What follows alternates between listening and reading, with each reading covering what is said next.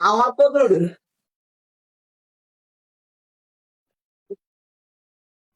হালার ভাই হালা 1 মাস হয়েছে গোসল করে না, আজকে হালার ভাই হালারে গোসল করাবো।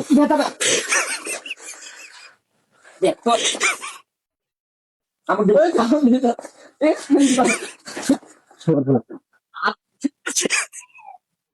বুঝা দেবো, ব্যথা পাইছি। আরে ব্যথা পাইতেন না, আরে পায়ে গোসল করবেন এক।